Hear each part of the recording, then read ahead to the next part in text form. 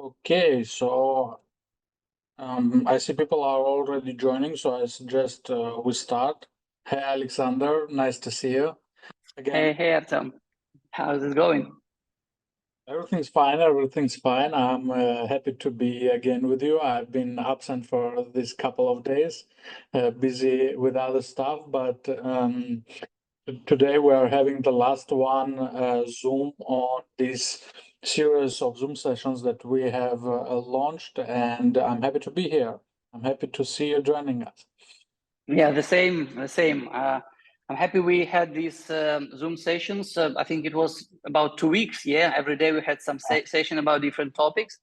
So, and I believe that now we gave like more information and we explained how the whole ecosystem is like planned and each part of it, each project, how they interact with each other and how the whole ecosystem will look like at the end. So I think it's very important that we gave this information to the audience. Yeah, that's true. That's true. The whole mission of these 2 weeks of Zooms was aimed at the fact that people were asking so many questions that they were not having a good understanding of what is going on in details in the project of blockchain sports, and they had so many questions and they asked for explanation, and we launched this series of Zooms to explain as much as we can our vision, our work being done. And at this point, I'm getting me and the whole team is getting a lot of response saying, "Okay, guys, thank you very much. Now the things are standing in their place. It is becoming understandable, and I think that we did a great job. We will take a short pause on this to let people to work with all the information that we have given during this time. But anyway, the blockchain sports team is, as always, in touch, is always open for our community, for everyone who is supporting us. And I see people are already joining, and we have people here from Germany, Vietnam, Finland, USA, Quebec, Canada, Hungary. As usual, our community is worldwide. As usual, people are supporting us from every part of the world. And this is what always makes me happy. And even Yeah, me and you are located in such different places. the project is global and that's why the community is global. So yeah, we were starting from Brazil because it's homeland of football, but also it will, I'm sure in the future, we'll have our own representatives in every country, maybe even in the world, who knows? Yeah, that's true. The influence is global. And so, going deeper into the agenda of today's call, and as this is the final call, and we have went rather detailed through every part of this, the last thing that we wanted to go through one more time to explain what is being done is the computer vision technology, which is very crucial for the whole project. And it explains a big part of how we are collecting the data and how it is being implemented, used, and how is this going to affect the world of football. So Yeah, I heard, let me add, Artem, because today, everybody knows that today, data-driven decisions.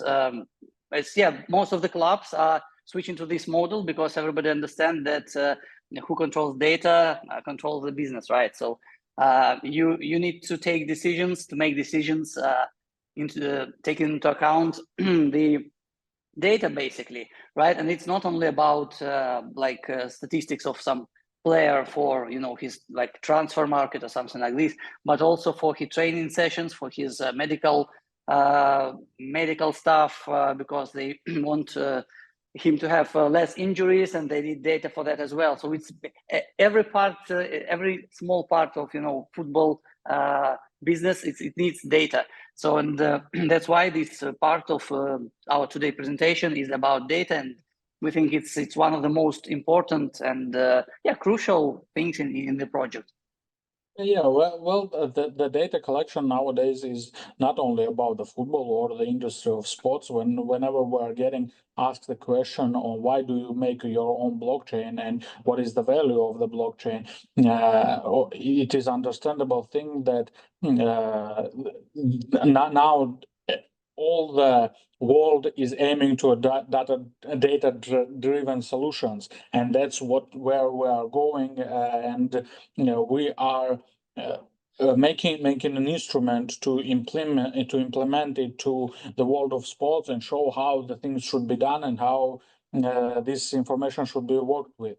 So and computer vision is one of the technologies that we are using here, and it itself is a principle of camera operation on the field. It is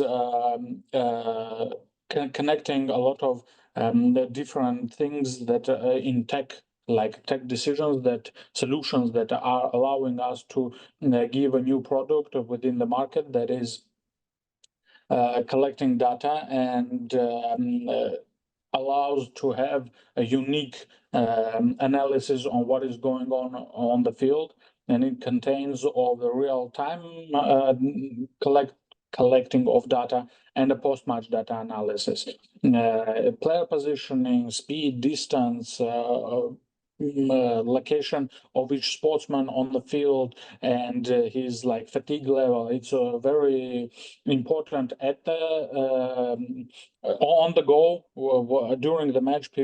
Coaches can see what is going on, where the player is placed, where he plays the best, and how to work with this, maybe make some changes and adapt the tactics and all of this stuff. This is going to be very useful for the football industry in particular, and the post-match data analysis of every player's gaming statistics, viewing the highlights, heat maps, all of this is very important also, because all of this is going to be recorded in the blockchain, and this information will be held there without anyone having an opportunity to influence it somehow, so that sports and everything happening on the field is becoming more transparent, more reliable, and this is very important in my opinion. Yeah, I think as well, but because there are a lot of companies already on the market which are building some products in this sphere, but yeah, it's closed information. Yeah, they don't share it a lot, and here our solution is like we have a proposition like of this transparent and open data. So I think, yeah, this is the future, because like everything's global, world is opening. So this kind of solution is has some advantages for sure. Well, yes. First of all, these solutions that are present at the market are mostly closed, and they are like for premium users, for clubs, etc. And we are trying to have a full transparency in this, to give access to every football fan or enthusiast, or I don't know, someone who works in the industry, to have direct access to the data and be able to work with it. That's the first thing. And the other thing is that a lot of this is being done manually. So companies are keeping hundreds and hundreds of people analyzing this data, and what we are aiming and where are we going is that make all of this through AI and machine learning systems, so that this becomes easier, faster, and better. Yeah, and we want to start from our academy, because of course it's much easier, to start it from your own academy. But yeah, we have plans to to bring this solution to many football stadiums and the pitches in the world. So yeah, but we need to start somewhere, and the best place for this is Acopiara. Well, yes, of course, as well as many other projects within the blockchain sports ecosystem. At the moment, they are aimed to the usage within the ecosystem, but we do understand that each product within the ecosystem is is a well organized product to like itself, and it is going to be able to be used in other places for with other people. So yeah, that's the product. In fact, you're 100% right here. While we were chatting, I went through several slides here with the description and showing how the details of real-time meta-analysis will work, and all of this is going to be implemented within the technology. So this is the map of how this is going to work, and you can see here that collecting all of this data, we have the analytical software that is keeping all of this together and tracking players' positions, tracking players' speed, tracking distance covered by players, and forming data about positions, forming data about speed, about distance covered. All of this is going to be collected, and it's going to be integrating into team management system, and all of the people who are professional in the industry are going to join our system.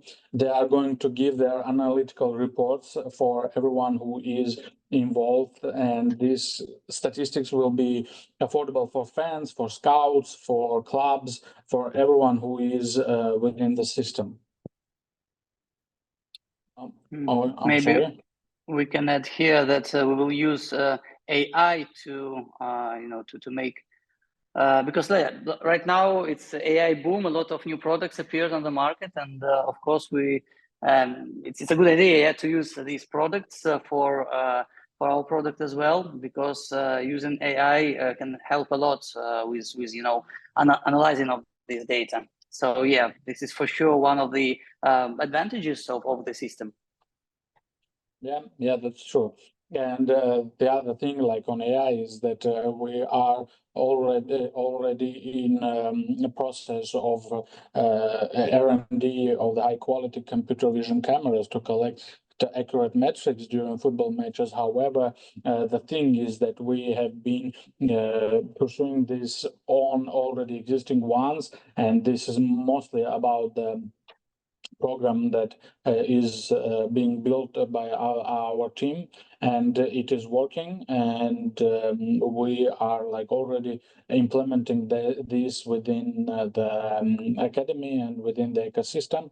So what's going on, what data is collected here is like the crucial thing, and we have talked to me and you about what is important here, and you have mentioned that collecting the full body behavior on the field is very important in football right now, because like they have at the moment like dots or squares or something like this, but the full understanding is not implemented anywhere yet.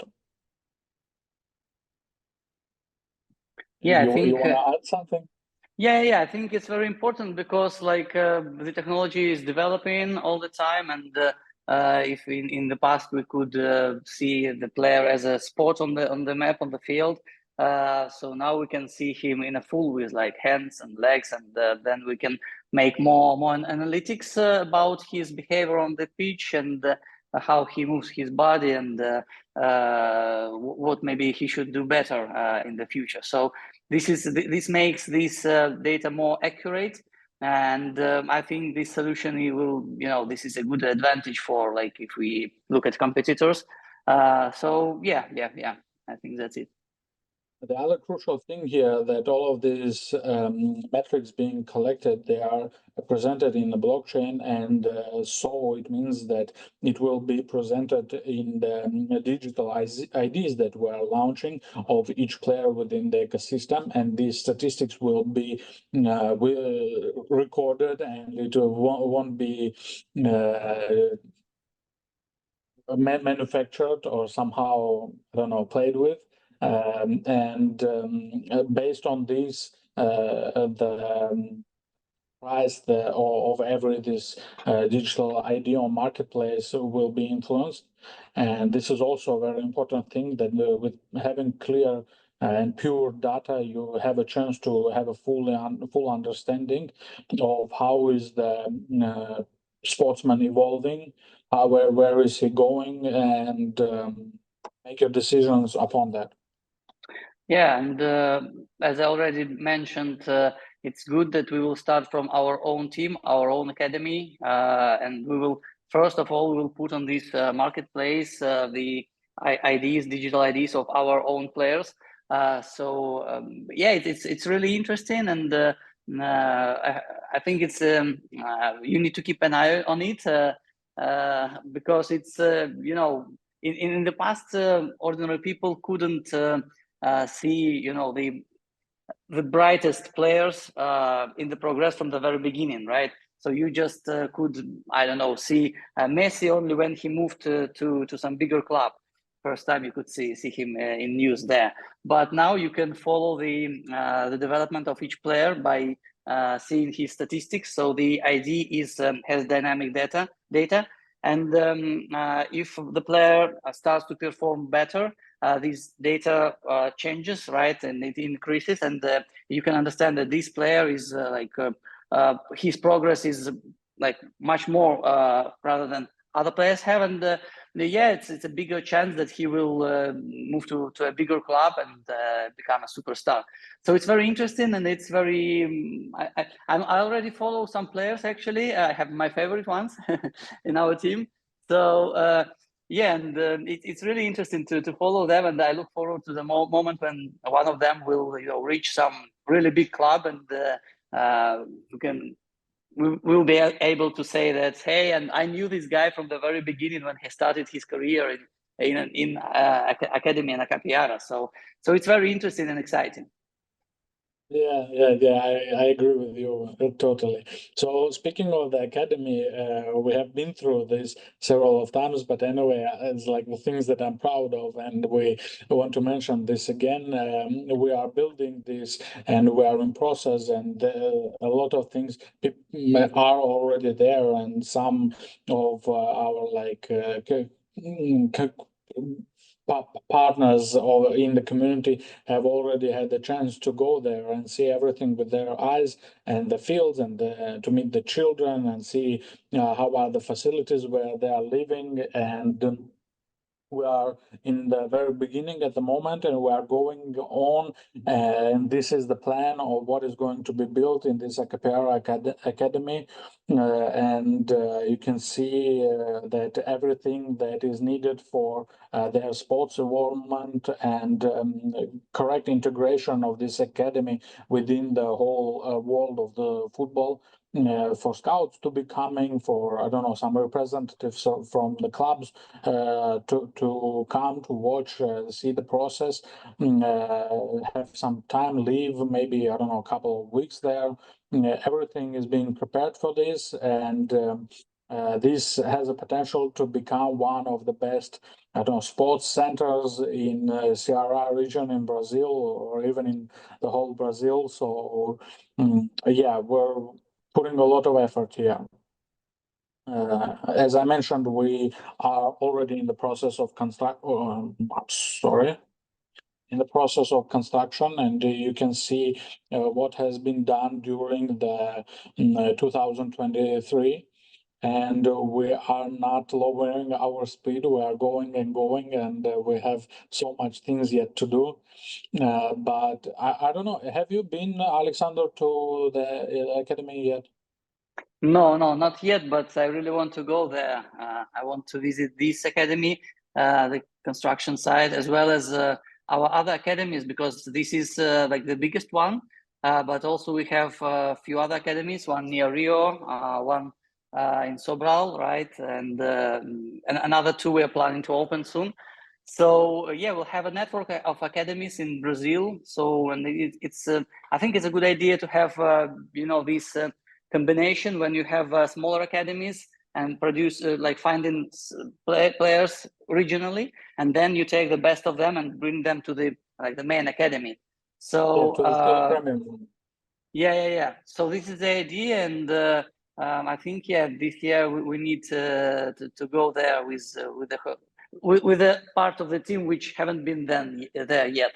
But yeah, some people already went there and shared emotions that the academy, the Acapiara, it's a small town, not very big, and the academy is being built nearby. So it's beautiful forest around it, and it's nothing that can bother you from trainings as a player, right? So there is no seating, nothing. So players can concentrate only on their performance, on their trainings, and I think this is a good idea. It always was a good idea to bring players for some pre-season trainings to some, I don't know, location in the mountains or somewhere far away from everything, so they could be just inside their team and be fully focused on the preparation.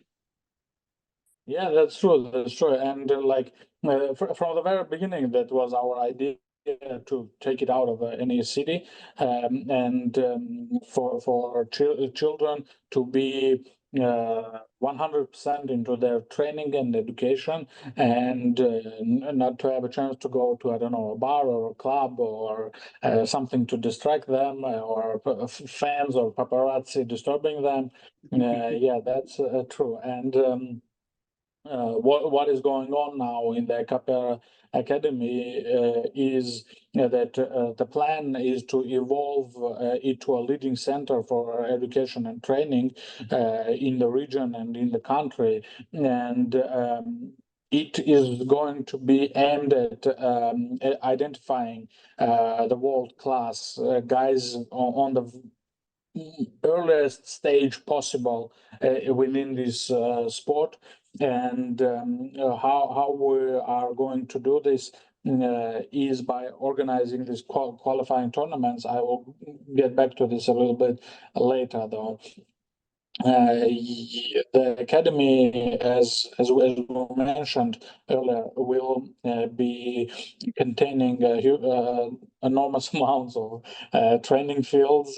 It will have an educational center within it. We have been talking about this a lot because this is very important for people.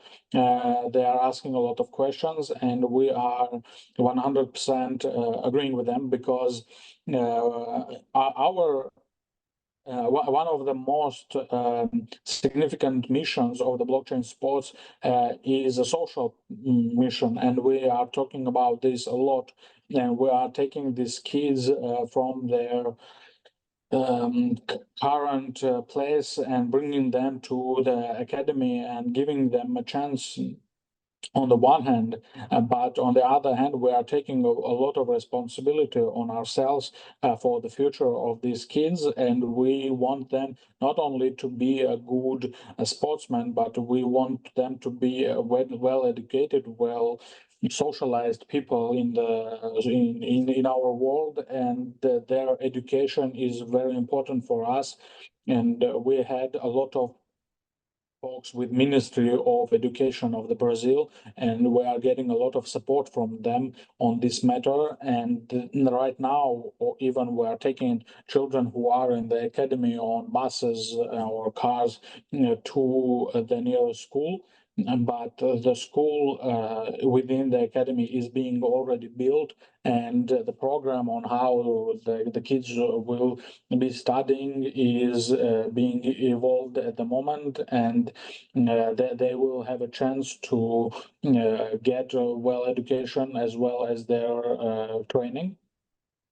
Yeah, I want to add here that it's also important for them as football players to be well educated, because we aim that one day they will move to big clubs to play there. And of course, today football is not only running, and it's not only physical conditions, right? It's also you should be smart on the field. For this you need education. This is first thing. Second thing is if you are moving to a new country to play in another championship, then you need to communicate with people, with your teammates, with I don't know, with media, and of course you need to speak at least English, right? So this knowledge is also important for the player. So that's why this educational part is important also, like from one side as a social part, like Artem said, but also to develop as a good player, as a good football player, because you need education for sure. Yeah. I can add more to what was said, especially on the part on languages. That is true because right now the big teams within the football are all multinational. People from all over the world are playing there. Africa, Asia, South America, North America, Europe, and Middle East even is getting like a huge raise in football nowadays, and people have to communicate within each other and to be friends and family within the team. So yeah, that is true. Well, Mm-hmm. coming to implementing the technology and how it's going to be used within within the academy. We come to the tournament zone, and I've mentioned this about the qualifying tournaments and what we are organizing here. We are in the process of getting the top teams between the youngsters from the all 26 states of the Brazil to participate in this qualifying tournament, which will be happening in our academy on our fields, and all of these computer vision technologies will be implemented on the fields where they will be training and participating in this tournament. So during this, all the data will be collected of these youngsters playing and training, and this data will go straightforwardly to the blockchain and to the digital IDs of every player in the marketplace. So using this data, we will be able to understand in a comparison which one of the kids, which one of the teams is better, is most promising, is well performing, and we will be able to be taking these kids with the new approach and bringing them within the ecosystem. Yeah, and our team already started series of tournaments called Tempo do Football. So the idea is that Brazil is huge, right? And there could be gems in every small part of it. So that's why we started tournaments in different regions with the idea that we will we will see like thousands of young players and choose only the best of the best from them and invite them to our academy. And these tournaments already started, and you can, by the way, if you follow our social media channels such as Twitter or Instagram, you can see photos and videos from those tournaments. It's already, I think it's Artem, how many thousand kids we already participated in our tournaments? It's some kind of 5, or do you remember the exact number? During last 2 months, I think more than 5,000 kids have been already in the Tempo de Football program, and that's only it, because we have several scouting programs within this process. But yeah, something like this. And Alexander is right, guys. The Tempo de Football has its own social networks, Instagram, and all of this. They're always posting on the process of these tournaments, of these kids being chosen for the ecosystem, and this is a beautiful thing, how they go through this path. And I recommend everyone to subscribe and look carefully at what is going on there. Yeah, we film a lot of content, not only from the games, not only from the trainings, but also from life of these kids. And because we want at the end, we want people not just to look at their like cards with metrics. We want them to feel, to know their story, to feel what they feel. So that's why we also have a filming group in Brazil, which goes to the houses where these kids live, to speak with their families. So to make it, like yeah, actually to meet these guys almost personally, yeah, through the screen of your laptop. So That's true. yeah, you can find these videos soon. We'll be launching these. I don't know. It's a film, right? Or it's like a serial. How is it like? How right to call it? No, it's a film. It's a film, like documentary It's film, a movie. basically.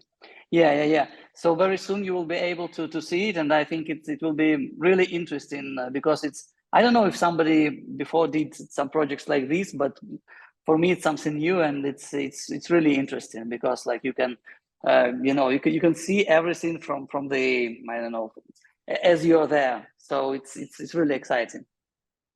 And it's touching also. We had this Yeah, for teaser sure, for sure. of the movie, and I myself nearly cried because like it is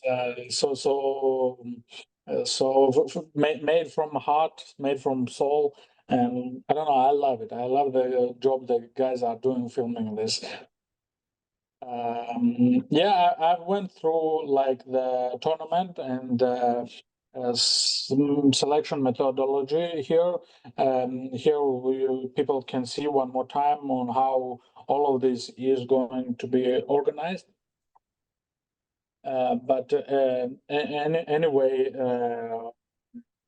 what is important here is that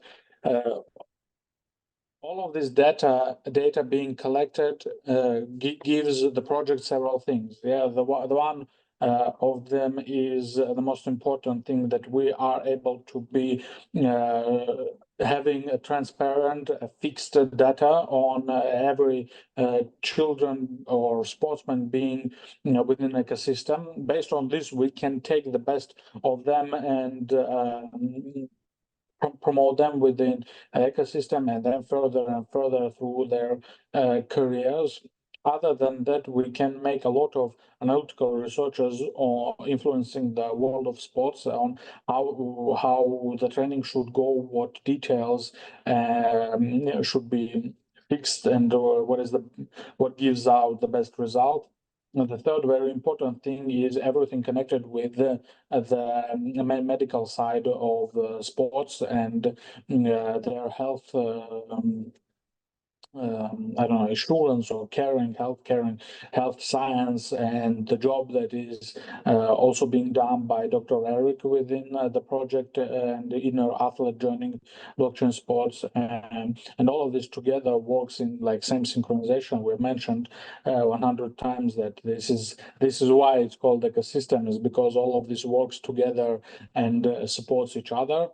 So yeah, basically that is the vision of computer vision technology. Yeah, I look forward when we start to implement it at our academy.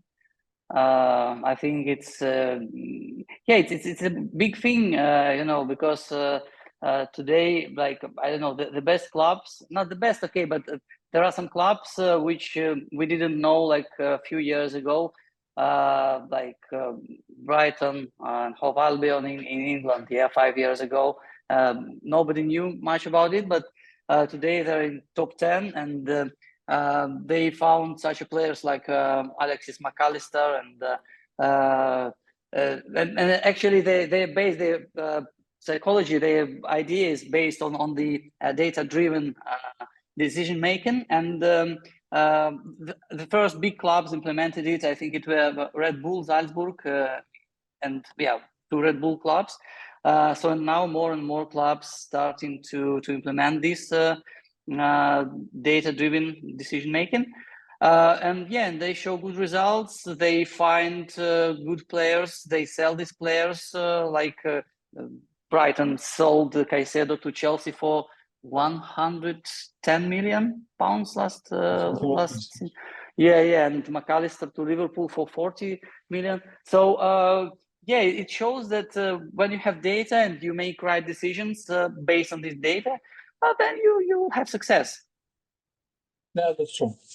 That's true. Well, more or less, that's all we wanted to cover today. We have two interesting questions, and as long as this is the last call on these Zoom sessions, for now, I think it will be useful to answer.